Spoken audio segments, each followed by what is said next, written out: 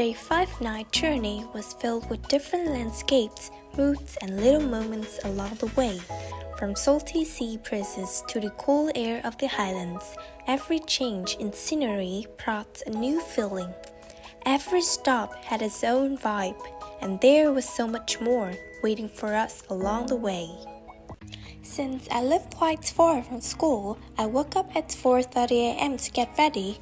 By 5:30, everyone was already there, and at exactly 6 a.m., the trip started.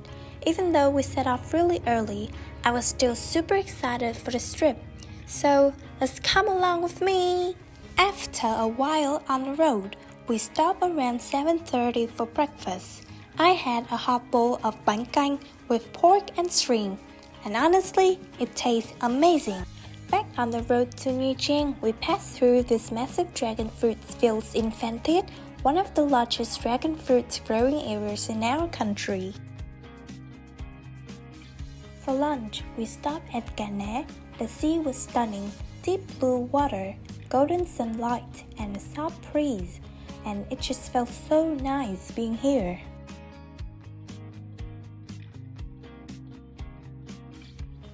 After hours on the road, we finally reached our first stop, the Institute of Oceanography.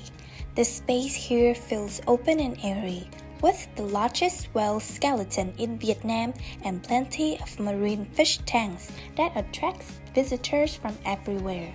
Stepping inside almost feels like getting lost in a vast, dreamlike ocean world like this.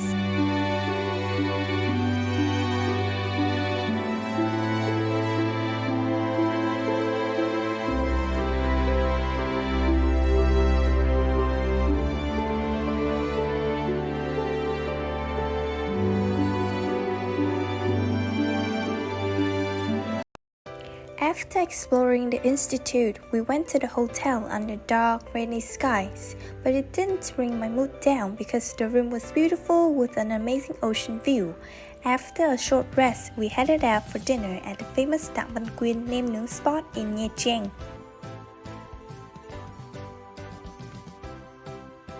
Hello, what's your name? Anatoly. Okay, so where are you from? Ukraine. Oh, Ukraine, nice to meet you. Okay, so it is your first time visiting this place? No, I've been here last year. Oh, last year. So what do you like most about this place? Of course, prices. Prices, reasonable. Yeah, very cheap. Yeah, very good. Yes, and would you recommend this place to your friends or family? 100%. 100%. Thank you so much. Day 2 began with a soft sunrise by the beach. We then continued to our next stop, Hành, where we had a chance to watch a traditional instrument performance by talented local musicians.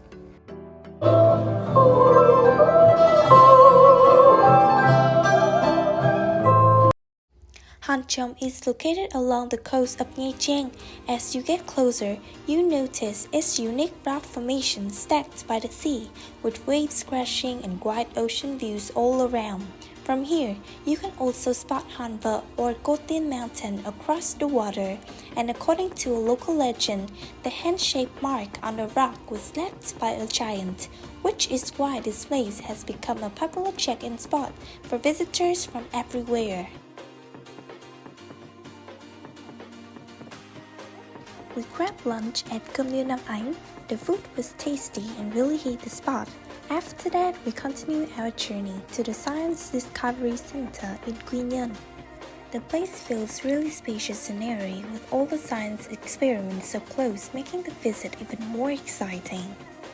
Các bạn cùng theo dõi nhé.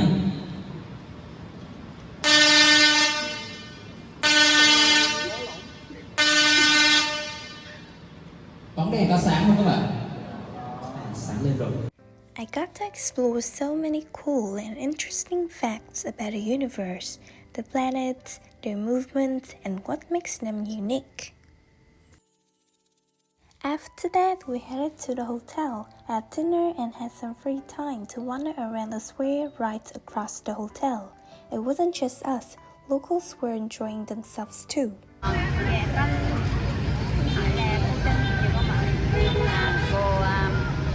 Cô đây là người ta thường gọi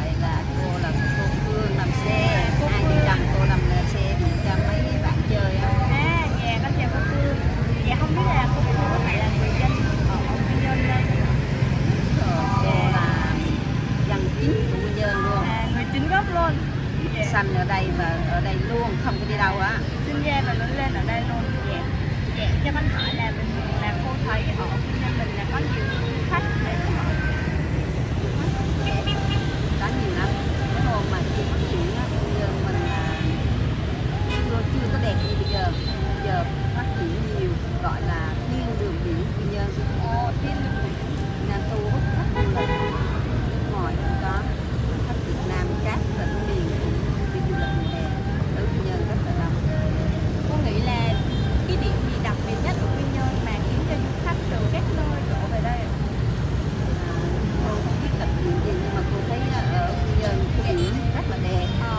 Các mấy khách nước ngoài họ có biển Quy Nhơn, rồi các vùng miền mà núi á, không có biển thì họ chỉ xuống Quy Nhơn ngắm biển, ngắm những cái gì mà đẹp. Ở đây có chỗ Tràng Đạo, Ngòi Đảo này, chỗ Hành Minh đó. Quy Nhơn rất là đẹp, du lịch thiên đường biển, có bộ hàng sử nổi tiếng nha.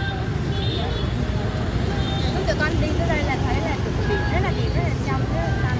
Rồi, bữa nay là thiên đường biển mà. Cô có hay đi ra ngoài tắm biển hay là làm gì đó? Không, cô thì mấy hôm thì có thì nhưng mà bây giờ là buổi sáng là cô ở nhà tại cô làm buổi tối đây là hai buổi sáng cô đi ra ngoài. Dạ vâng, con cảm ơn cô rất là nhiều. Con chúc cô có thật nhiều sức khỏe và may mắn lắm. Cảm ơn con. On day 3 in Quy Nhơn City, we started at El Ya, a narrow coastal inlet on the northeastern shore, framed by towering cliffs and famous for its clear waters and breathtaking scenery.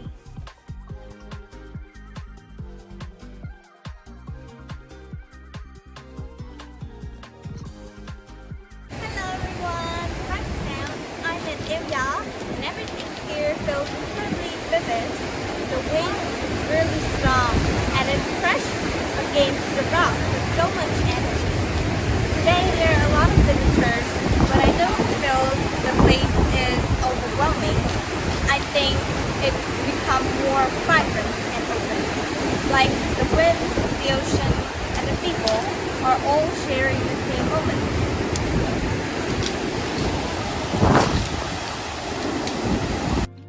Our next stop was the Gwangju Museum, where history felt closer and more meaningful. There, I had a chance to watch the powerful Daeseon battle drums and traditional martial arts performed by local artisans.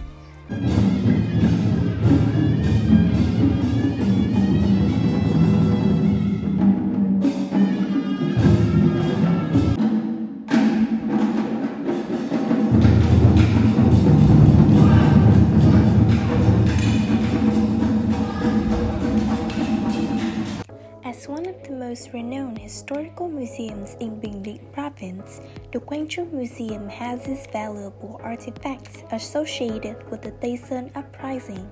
It stands as a living historical site, preserving important relics, statues, and visual displays that brings to light the life, legacy, and historical journey of the national hero, Gwangju Nguyễn.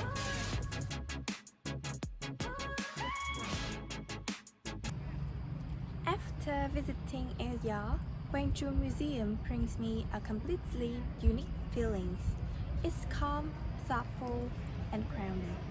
Walking through these stories makes the past feel closer, and it gives me a stronger sense of what this place is really about.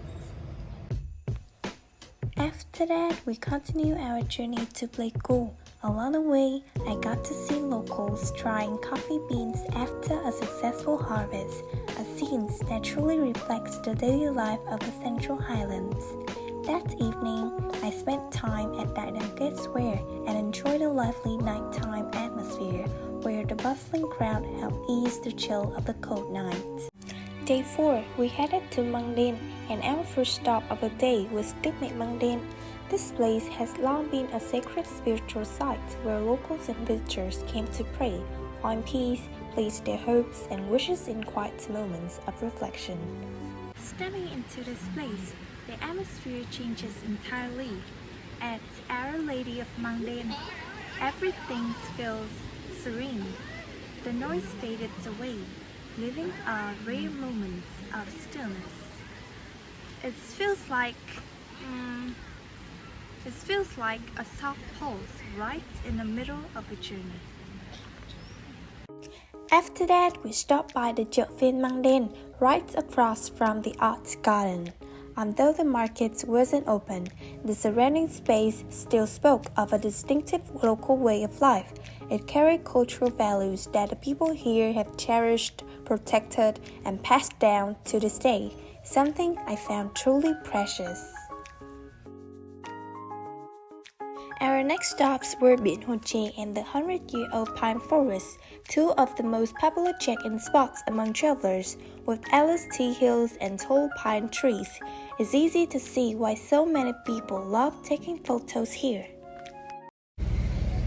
The air here is so fresh, and the light is soft.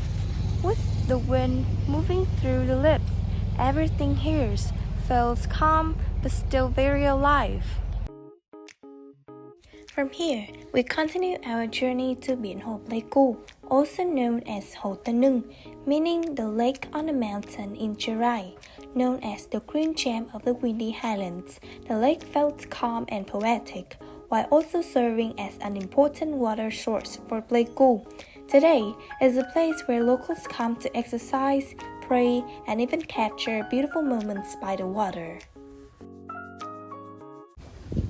The first thing I noticed isn't the water, is how fast everything feels. The lake stretches out endlessly, just like the sky has fallen onto the ground. There's a soft breeze brushing past, carrying all the smell of water and fresh. And the sun isn't harsh at all. It just softly reflects on the water, sparkling as the wind passes by.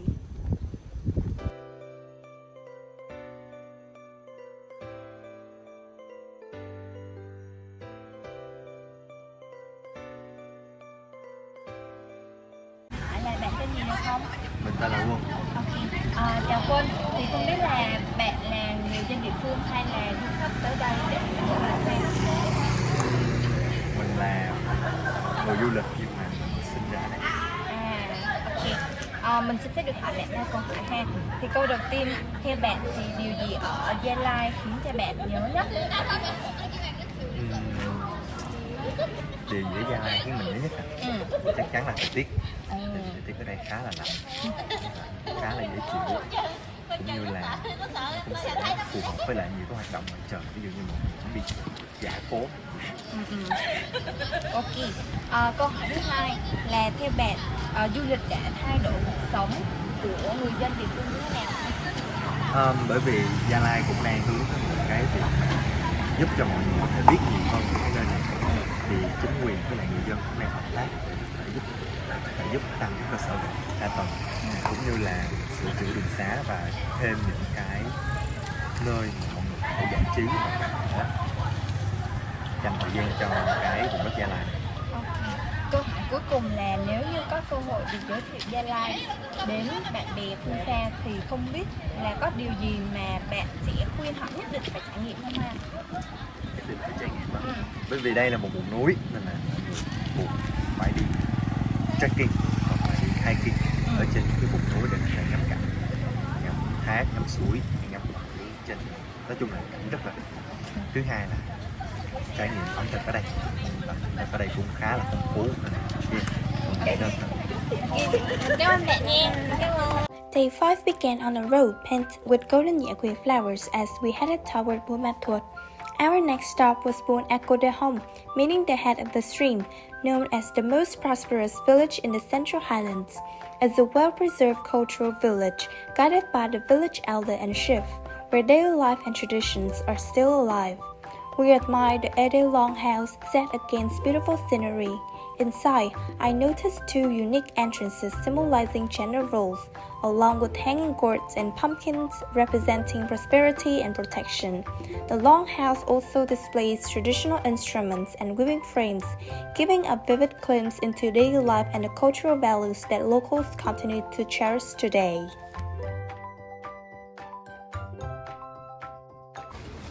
Looking through the routine. From the moment I step into the village, everything feels naturally connected. The long house, the greenery, the narrow paths, nothing is staged, yet everything feels thoughtfully placed. As I move through the village, I find myself paying more attention to the details. Tradition here isn't something that draws attention to itself. It exists within the space and the everyday movements of the people living here. For me, Buôn Echo de Home is a place where culture doesn't ask to be noticed. It simply continues, and that's what makes the experience more meaningful and memorable.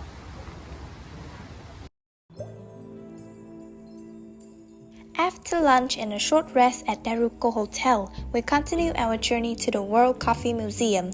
This place offers more than just information about coffee. It helps visitors understand how coffee is grown, made, and connected to daily life in different parts of the world. Inside, I got to see traditional coffee tools and collections from all around the world. The exhibits were interactive, letting us touch, smell, hear, and even taste the coffee for a full sensory journey. This hands-on approach really brought coffee to life, making the museum a must-visit spot in Buôn Ma Thuột. Right now, I'm standing here at the World Coffee Museum, and the moment I step inside, the smell of coffee fills the space immediately. It's warm, deep, and unmistakable. You will notice it before you notice anything else. The atmosphere is rich but still very calm. Not loud, not overwhelming. I just take my time looking around, letting the scents linger as I move through the museum. I get to try a cup of black coffee here, and honestly, I think it's too strong for me. Very low and very bitter. But yeah, tasting it in this place has a really unique and different feeling. For me, this place and this visit is very simple. It's very memorable and meaningful. Because in here, in this place, coffee isn't just seen. It smells, tastes, and truly felt.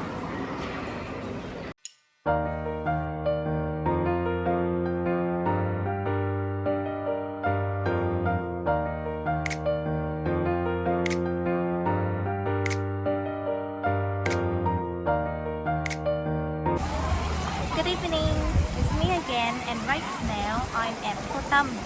So Cô Tâm truly comes alive at night. The lights simmer gently among colorful flowers, while the air turns cool and crisp. I can hear people laughing and chatting nearby, and those little sounds of joy make the cold feel warm, almost comforting. And it's one of those places where the night feels peaceful, yet full of life. On our final evening at Cô Tâm, we enjoy a feast of local specialities, and to make the night even more memorable, we got to listen to local artists playing the cổng chiêng and singing traditional songs, showcasing the rich cultural spirits of the Tây Nguyên.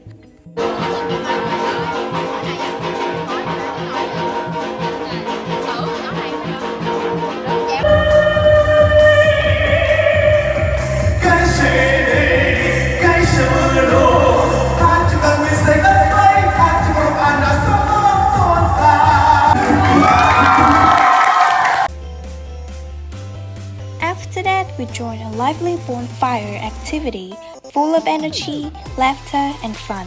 It was the perfect way to end the night, sharing stories, songs, and unforgettable moments with everyone. On our last morning, we headed to Tracep Waterfall. The sun was golden, the wind was strong, and walking along the path of colorful flowers and tall trees felt so lively and exciting.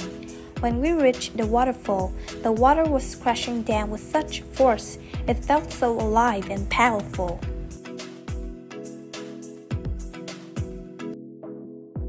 On our way back to the car, we even spot some otters and deer at a zoo nearby, a fun little surprise. And just before leaving, I noticed a beautiful jammy flowers growing nearby, which was such a sweet and unexpected moment. Then we started the journey back to Ho Chi Minh City, wrapping up a 6-day, 5-night adventure that was full of amazing sights, laughter, and memories. As we arrived back at school, the sky was dark and the wind was chilly, and I couldn't help but think back to that very first morning, getting ready to hit the road. Time flew by so quickly, and for a moment, I felt a little nostalgic about all the rides, chats, and laps we shared along the way. These memories will definitely stay with me forever.